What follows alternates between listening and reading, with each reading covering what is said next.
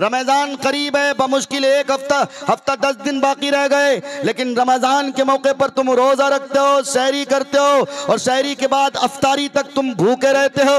नबी अलैहिस्सलातु वस्सलाम ने फरमाया, याद रखो बहुत सारे लोग ऐसे होंगे जो रात भर इबादत करेंगे और दिन भर रोजे के लिए भूखे रहेंगे, लेकिन रात भर उसे इबादत तो दूर की बात, जगने के सिवा उसे ठिंगा नहीं मिलेगा। और बहुत सारे लोग ऐसे होंगे जो सहरी कर कर अफ्तारी करेंगे, लेकिन सिवाय भूखे रहने के उसे कुछ नहीं मिलेगा। पूछा गया, या अल्लाह के रसूल सल्लल्लाहु अलैहि वसल्लम वो कौन लोग होंगे? मेरे नबी ने फरमाया, ये वो लोग होंगे जो रोजा तो रखेंगे लेकिन अपने आंख की हिफाजत नहीं करेंगे, कान की हिफाजत नहीं करेंगे, अपने दिल की हिफाजत नहीं करेंगे, दिमाग की हिफाजत नहीं करेंगे, हाथ की हिफाजत नहीं करेंगे, पैर की हिफाजत नहीं करेंगे। पूछा गया, आंख की हिफाजत क्या मकसद? मेरे नबी ने फरमाया, जब तुम दुकानदार होते हो, तुम्हारी दुकान में कोई लड़की आती है, कस्टमर आता है, तुम लड़की को ताड़ ताड़ के देखते हो, तुम किसी गली में बैठे होते हो, तुम लड़की को देखते हो या मोबाइल से गंदी फिल्में देखते हो, सलमान खान की मूवी को हिट करते हो, शाहरुख खान की मूवी को हिट करते हो, आंख से गलत देख रहे हो, जबकि रोजा नाम है सर के बाल से लेकर पैर के नाखून तक का, यानी पूरे जिस्म के साथ रोजा रखना चाहिए, लेकिन भूखा रहते हो, भूखे रहने के सिवा कुछ नहीं मिलता। इसलिए मैं आपसे कह देना चाहता हूँ, आंख का भी रोजा रखो, कान का भी रोजा रखो। आंख का रोजा यह है कि तुम कुरान की तिलावत करके अपनी आंखों से देखो, आंख का रोजा यह है कि तुम अल्लाह के कलाम को देखो, देखने का सवाब अलग मिलता है, छूने का सवाब अलग मिलता है, पढ़ने का सवाब अलग मिलता है। नबी अलैहिस्सलातु वस्सलाम ने एक मौके पर फरमाया कि कुरान का कोई एक हरफ पढ़ता है उसे 10 नेकी मिलती है, लेकिन जब यही कुरान करीम के एक हरफ को रमजान के महीने पढ़ता है तो 27 नेकी मिलती है और इससे भी ज्यादा नेकियों में इजाफा होता। फरमाया गया, क्या अलिफ लाम मीम एक हरफ है? कहा फरमाया, नहीं, अलिफ लाम मीम एक हर्फ नहीं है, अलिफ अलग, अलिफ एक हर्फ है, लाम एक हरफ है, मीम एक हरफ है। बताओ 10 नेकियां हो गई, मतलब 30 नेकियां, और अगर रमजान में है तो 27 को 3 से भागा करो, कितनी नेकियां हो जाती? लेकिन कोई नहीं। फिर आगे मेरे नबी ने फरमाया, कोई देख के पढ़ेगा, देखने का सवाब अलग मिलेगा, छू के पढ़ेगा, शहादत की उंगली से छूने का सवाब अलग मिलेगा।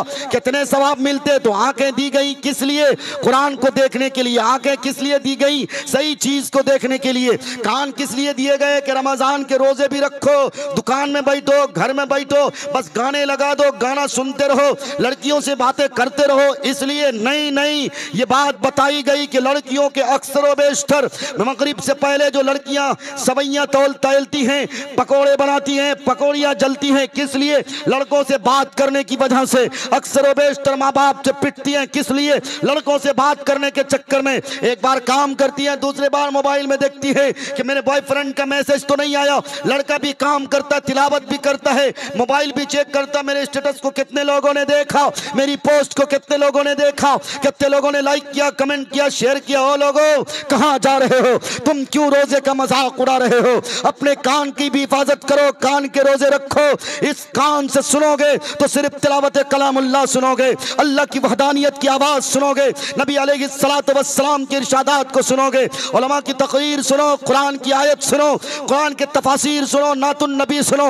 इसके अलावा इस कान का कोई हक नहीं है कि गैर महरम की आवाज सुनो। इस कान का कोई हक नहीं है कि तुम गाने सुनो, कोई फिल्मी आवाज सुनो, नहीं सुना करो। अगर तुम सुनोगे रोजा कमजोर हो जाएगा। इसी तरह तुम्हारा दिल है, इस दिल में सिर्फ अल्लाह के बारे में, नबी अलैहिस्सलातु वस्सलाम की मोहब्बत पैवस्त होनी चाहिए, आखिरत की फिक्र होनी चाहिए, लेकिन नहीं, ऐसा नहीं होता है, इसलिए हमारे रोजे कबूल नहीं किए जाते हैं। बुजुर्गों, साथियों, अपने रोजे को बेहतर बनाओ। मैंने आपको 2 चीजें बताई हैं, इंशाअल्लाह मैं अपनी बात को मुख्तसर करके खत्म कर रहा हूं। 2 चीजें बताई हैं, एक चीज तो मैंने बता दी कि जुबान की हिफाजत करो, करोगे सारे साथी इंशाअल्लाह। दूसरी चीज, शर्मगाह की हिफाजत करो। शर्मगाह की हिफाजत करना इस मोबाइल के जमाने में, पीर जुल्फकार नक्शबंदी दामद बरकात हमने अपनी किताब जरा नम हो तो ये मट्टी बरी जरखैज़ साकी में लिखा है, कुरान करीम की एक आयत, फला तखजाना बिल कौल, इस आयत के ज़िम्न में हमारे में से कुछ लोग जो अपनी बच्चियों को अच्छी तालीम देते हैं, दिलाते हैं, उनका कहना यह है कि हमारी बच्चियां जब बेहतर तालीम हासिल करेंगी, आला तालीम हासिल करेंगी, क्वालिफाई होंगी, तो फिर जाहिर है उसको नौकरी मिलेगी, कोई बड़ी पोस्ट हासिल होगी, अच्छी बात है। लेकिन सुनो, कान खोल के सुनो, बस बातें न करो अल्लाह के वास्ते थोड़ी देर के लिए। मैं आपसे कहना ये चाह रहा हूँ, फिर उसके लिए क्या करते हैं माँ बाप, उसके पास एक मोबाइल भी देते हैं और फिर उसके बाद उस लड़की के हाथ में एक स्कूटी भी आ जाती है। लेकिन तुम्हें नहीं पता कि तुम्हारी बच्ची के हाथ में जो मोबाइल आता है, जो स्कूटी आती है, इस मोबाइल के जरिए से और इस स्कूटी के जरिए से तुम्हारी बच्ची क्या क्या गुल खिला रही है, कहना बड़ा मुश्किल है। बुजुर्गों, साथियों, मेरा मकसद कहने का यह है, हजरत पीर जुल्फ़िकार ने लिखा कि जिसको तुम सेल फोन कहते हो ना, सेल फोन, ये सेल फोन नहीं है बल्कि ये हेल फोन है। क्या मतलब? यानी तुम जिसको जरूरत की चीज समझते हो, अब लोगों की जरूरत कम और लोगों की जिंदगियों के बर्बादी के सामान ये ज्यादा मुहैया कर रहे हैं। तुम्हारी बच्चियां घर से निकलती हैं, कभी स्कूल जाती हैं, कभी कॉलेज जाती हैं और कभी नहीं भी जाती हैं, कभी किसी बॉयफ्रेंड के साथ घूमने चली जाती हैं। इसलिए नबी अलैहिस्सलातु वस्सलाम का फरमान कि पहली बात, पहली जिम्मेदारी माँ बाप पर क्या थी? बच्चा पैदा होते ही उसके कान में अजान दो। दूसरी जिम्मेदारी थी 7वें दिन का 14वें दिन का हो जाए, बच्चे के लिए, बच्चे के नाम पे अकीका कराओ, बेटा हो तो 2 और बेटी हो तो 1। उसके बाद की जिम्मेदारी थी उसके बाल को मुड़वा कर चांदी के वजन पर तौल कर नाप कर चांदी सदका कर दो। अल्लाह तबारक व तआला उसकी मुसीबत को दफा कर देगा, दूर कर देगा। उसके हक में अल्लाह तबारक व तआला खैर खाही के दरवाजे खोल देगा। तीसरी जिम्मेदारी माँ बाप की क्या थी पता है? कि अपने बच्चों की बेहतर तरबियत करो, इस्लामी माहौल उसे फराहम करो। आज हम इस्लामी माहौल उसे बिल्कुल फराहम नहीं करते। बताओ कोई घर ऐसा है जिसमें इस्लामी माहौल है, इस्लामी निज़ाम है, इस्लामिक कल्चरल है? नहीं है। अगर है तो मगरिबी तहजीब व सकाफत है। दिन में भी टीवी चालू, रात में भी टीवी चालू, टीवी में नंगी तस्वीरें, नंगी फिल्में, बाप भी देख रहा, बेटी भी देख रही, माँ भी देख रही, बड़ा भाई भी देख रहा, सारे लोग एक साथ देखते हैं तो फिर बेहया हो जाते हैं। जब आंखें हमारी बेहया हो जाती हैं, नबी अलैहिस्सलातु वस्सलाम ने फरमाया इदा फातकल हयाउ फफ़अल मा शिता। जब आदमी बेहया हो जाता है तो कुछ भी करता है, नंगा नाच करता है, फिर उसे इस बात की फिक्र नहीं होती कि मैं ये काम करूंगा तो इसके अंजाम क्या होंगे, परिणाम क्या होंगे, रिजल्ट क्या होगा, उसे कोई फिक्र नहीं होती है। इसलिए मैं आपको बता ये रहा हूं कि जिसको तुम सेल फोन कहते हो, ये सेल फोन नहीं है, ये हेल फोन है।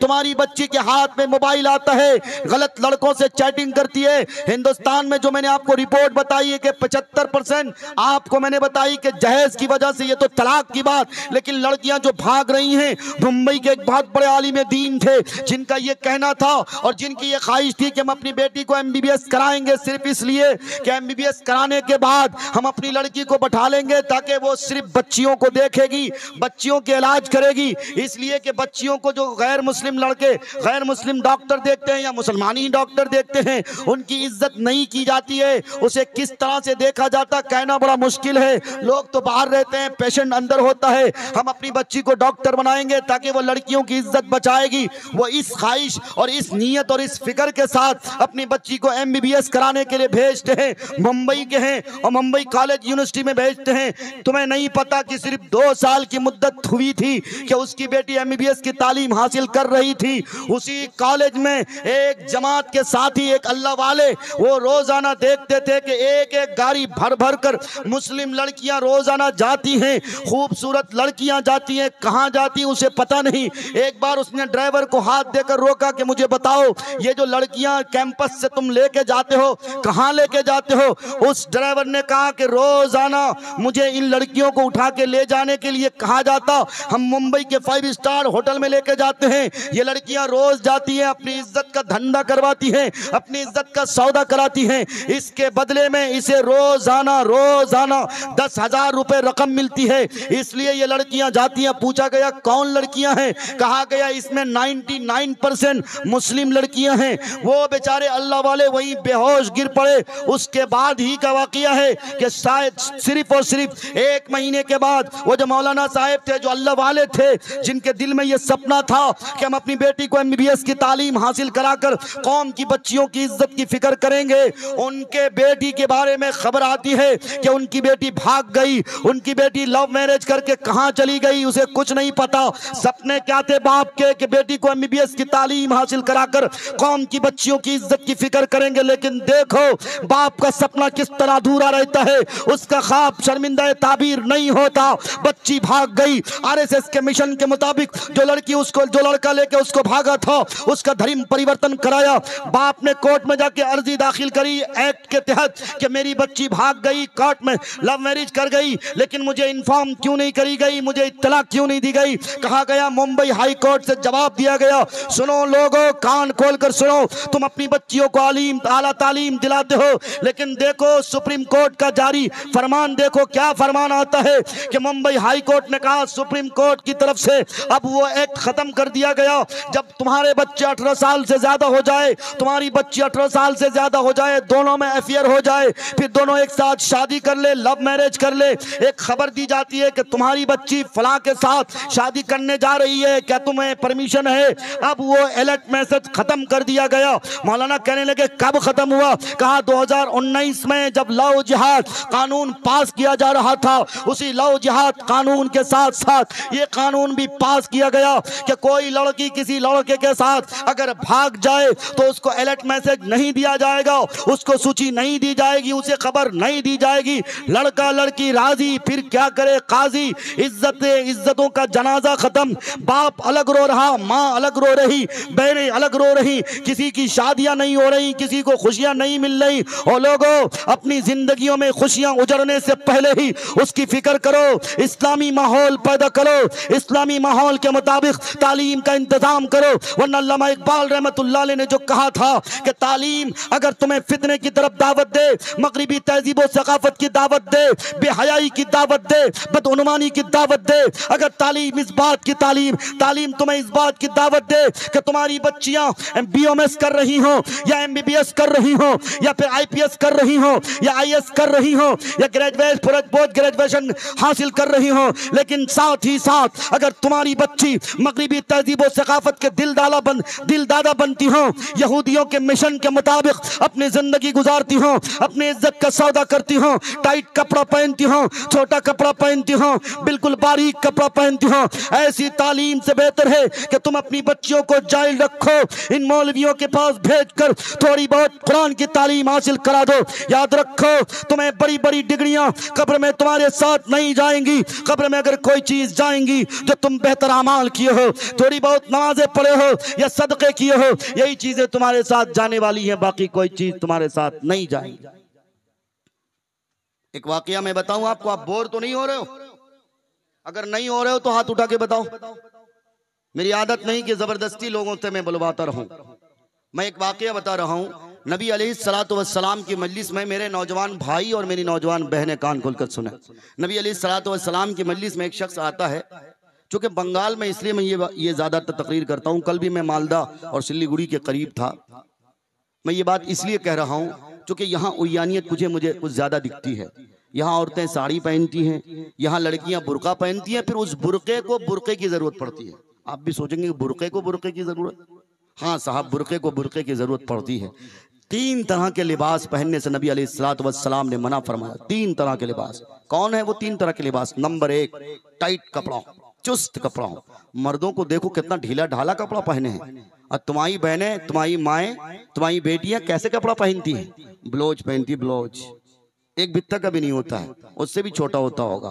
पेट अलग दिखता है, पीठ अलग दिखता है, और शलवार शूट भी अगर पहन ले कितना टाइट कपड़ा रहता है, जिस्म का अंग अंग नजर आने लगता है, नशेब फराज का अंदाजा लगने लगता है। तो एक ऐसा कपड़ा जो बहुत टाइट हो, इस तरह के कपड़े पहनने से तो बेहतर है कि नंगे रह जाओ।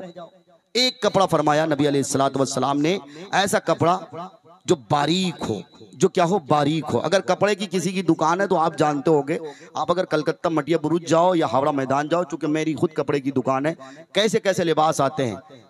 करप टॉप, ये करेक्टर ढीला वाला लिबास आया है। करप टॉप यहाँ से लेकर यहाँ तक पूरा नेट का रहता है, और थोड़ा सा यहाँ से यहाँ तक रहता है, फिर उसके नाफ दिखते हैं लड़कियों के।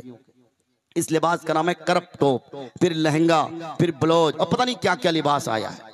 इस तरह के लिबास जो बिल्कुल आप देख लोगे, आप देखते हो ना, ये बिल्कुल पूरा हिस्सा दिखता है, नेट का कपड़ा रहता है, जालीदार कपड़ा रहता है। ऐसे कपड़े पहनाने से बेहतर है कि बच्चियों को नंगे रखो। तीसरा लिबास जो बहुत शॉर्ट लिबास हो, शॉर्ट लिबास। जिस तरह आजकल कुछ लड़कियां स्कूल कॉलेज में पढ़ती हैं, धड़ल्ले के साथ वो पैंट और टी शर्ट पहनती है, धड़ल्ले के साथ। हमने कई बच्चियों को देखा है। बुजुर्गों साथियों, ये 3 तरह के लिबास पहनने की वजह से समाज में बदुनवानी आ रही है, बेहयाई आ रही है, और इसके जिम्मेदार पता है कौन है? हम तुम हो। अगर हम तुम ना होते तो नबी अलैहिस्सलातु वस्सलाम ये फरमाते, कुल्लुकुम राइन व कुल्लुकुम मसऊलुन अन राइयतिही। हर व्यक्ति जिम्मेदार है।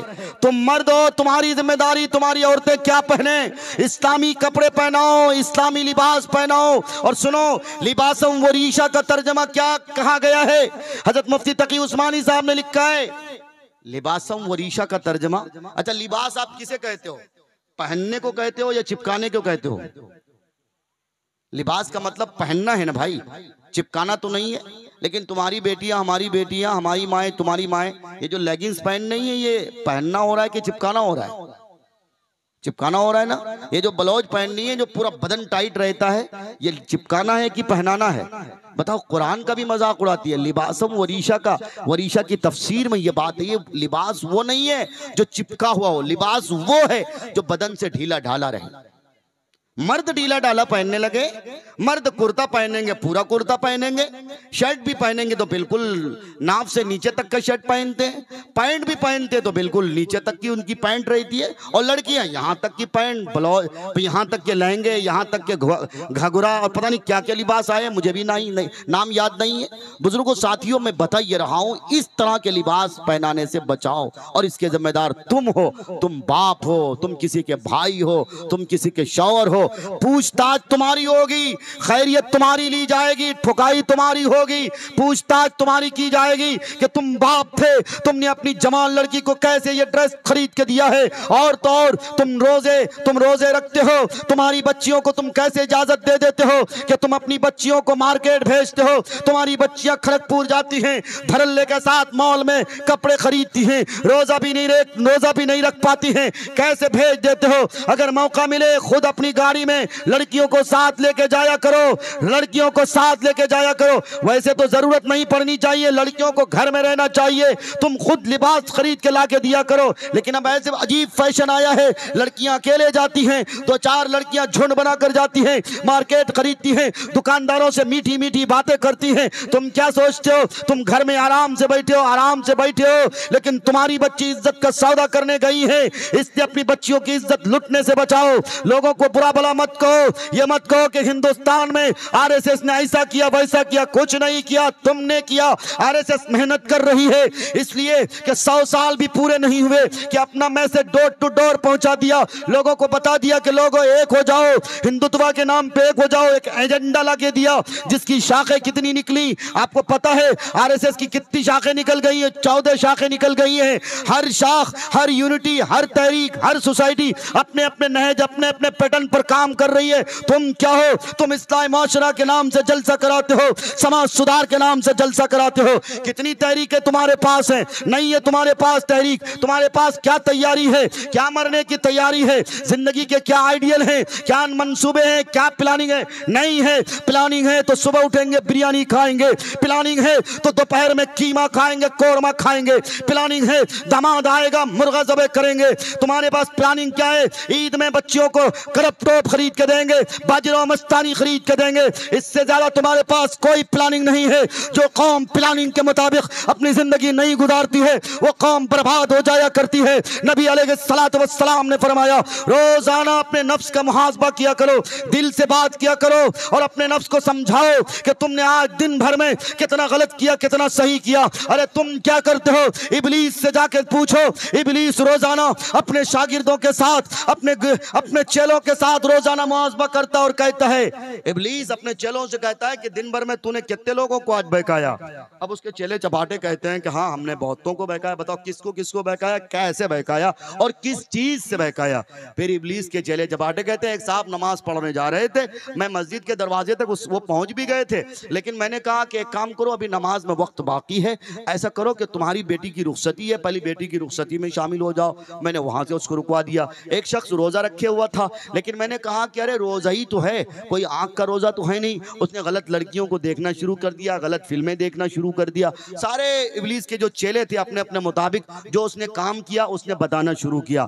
फिर पता है इब्लीस जो गुरु घंटाल है, जो सरदार है, महा सरदार, उसने कहा कि तुम लोगों ने कुछ नहीं किया। अब बेचारे चेले चपाटे वो कहने लगे, मैंने इतना बड़ा बड़ा काम अंजाम दिया और आप कह रहे हो कि मैंने कुछ नहीं किया, फिर आपने कौन सा बड़ा काम अंजाम दे दिया, आप बता दो। पता है इब्लीस क्या कहता है, दिल के कान से सुनो।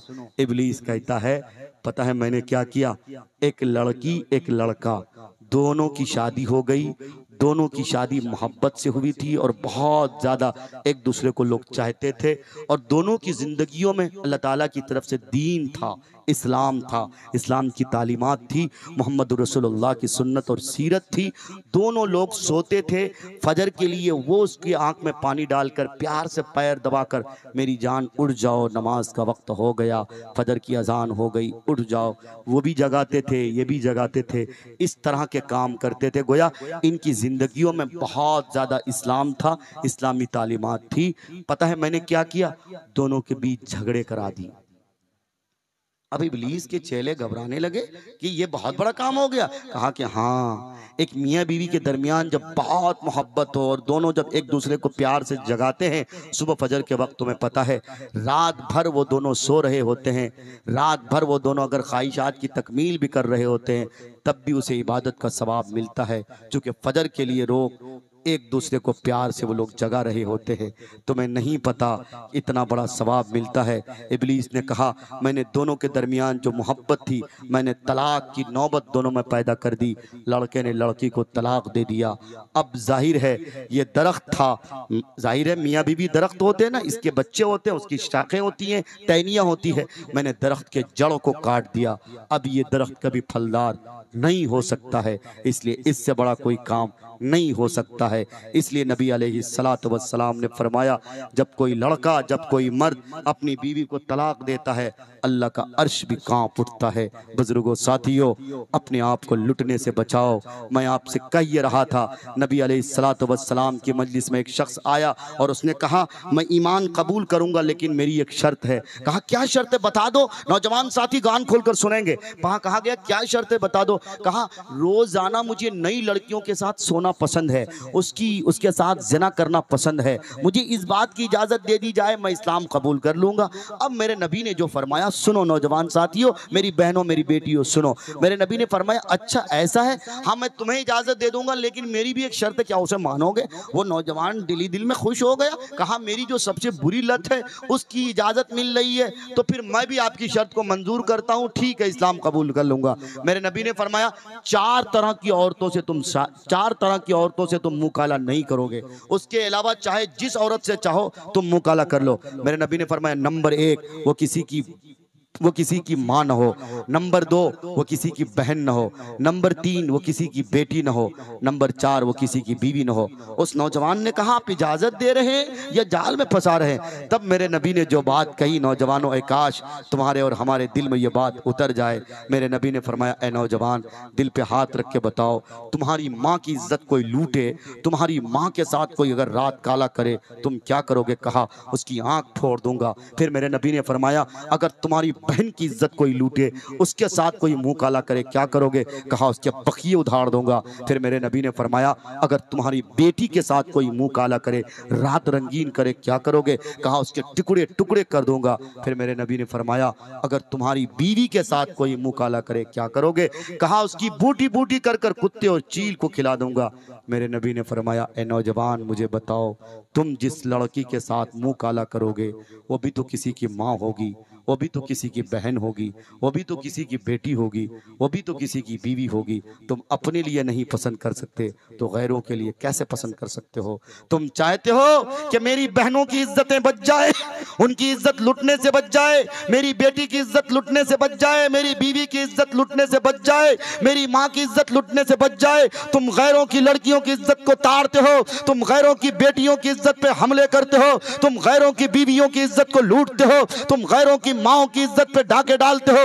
ऐसा दोहरा रवैया नहीं हो सकता। कुरान ने कहा अल खबीसातु लिल खबीसीन वत्तय्यिबातु लित्तय्यिबीन। तुम जैसे रहोगे वैसे ही तुम्हें मिलेगा। इसलिए मेरी गुजारिश आपसे है कि आप बेहतर बनो, इंशाअल्लाह आपका घर बेहतर बनेगा। हाथ उठा के वादा करो इंशाअल्लाह करोगे इंशाअल्लाह। तो मैंने दूसरी चीज जो आपको बताई है, अपने नफ्स की हिफाजत करनी है, अपने नफ्स को मारना है, रोजाना मारना है। मुफ्ती तकी उस्मानी साहब ने लिखा है कि रोजाना अपने नफ्स के साथ हिसाबो किताब किया करो, नफ्स को समझाया करो। तुम्हारा नफ्स, तुम्हारा जो दिल है ना, ये बहुत बड़ा पीर है।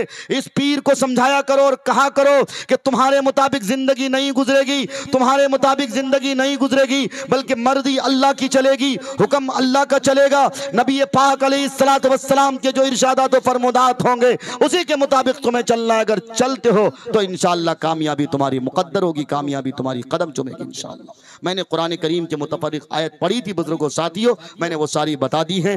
आप अगर चाहते हो कि अच्छे दिन आए, अच्छे दिन कोई हुक्मरान नहीं ला सकते। क्या समझते हो आप, ये नारा दे देने से अच्छे दिन आएंगे? नहीं, अच्छे दिन लाने के लिए आपको अच्छा बनना पड़ेगा, अपनी सोसाइटी को अच्छी बनानी पड़ेगी। जिस तरह आरएसएस एक ऐसी तहरीक है जो बहुत एक्टिव है, बहुत मुतहर्रिक है। मैं कहता हूं भगवानपुर के नौजवानों से आपसे कहता हूं, आप भी कोई ऐसी सोसाइटी बनाओ, तहरीक बनाओ कि अपनी बहन बेटियों की इज्जत लुटने से बचे।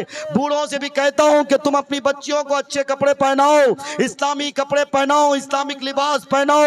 इस मोबाइल ने सत्यानाश कर दिया है, तुम्हें नहीं पता रोजाना तुम्हारी बच्ची जब सोती है व्हाट्सएप और फेसबुक के जरिए से किस किस तरह की गलत काम करती है, कौन कौन से बेहयाइयों को जन्म देती है, तुम्हें नहीं खबर। अगर तुम्हें खबर हो जाए तुम्हारी नींद उड़ जाएगी। रातों को तुम्हारी नींद कैसे आ जाती है, नहीं आनी चाहे नींद, लेकिन बदकिस्मती कि हम ख्वाब खरगोश में मुब्तला हैं। बुजुर्गों साथियों, कहने की बात और थी लेकिन बिल्कुल नहीं कही जा सकती है, वक्त कम है, मुझे भी इसका गम है, एक से ज्यादा वक्त हो चुका है। मैं अपनी बात को खत्म कर रहा हूं, बस इन्हीं चंद मारूजात के साथ आपसे जो बातें मैंने कही हैं, अल्लाह के वास्ते हाथ जोड़ के गुजारिश है, आज ही से अपनी जिंदगियों में इनकलाब लाओ, अपनी जिंदगियों की तस्वीर बेहतर बनाओ, सहाबा के नक्श कदम पर चलो। नबी अलैहिस्सलातु वस्सलाम ने फरमाया कामयाबी चाहते हो, कामयाबी कहाँ मिलेगी? मा अना अलैहि व अस्हाबी, जिस पर के मेरी जिंदगी थी और मेरे सहाबा की जिंदगी थी, इसके मुताबिक कहीं जिंदगी नहीं मिलने वाली,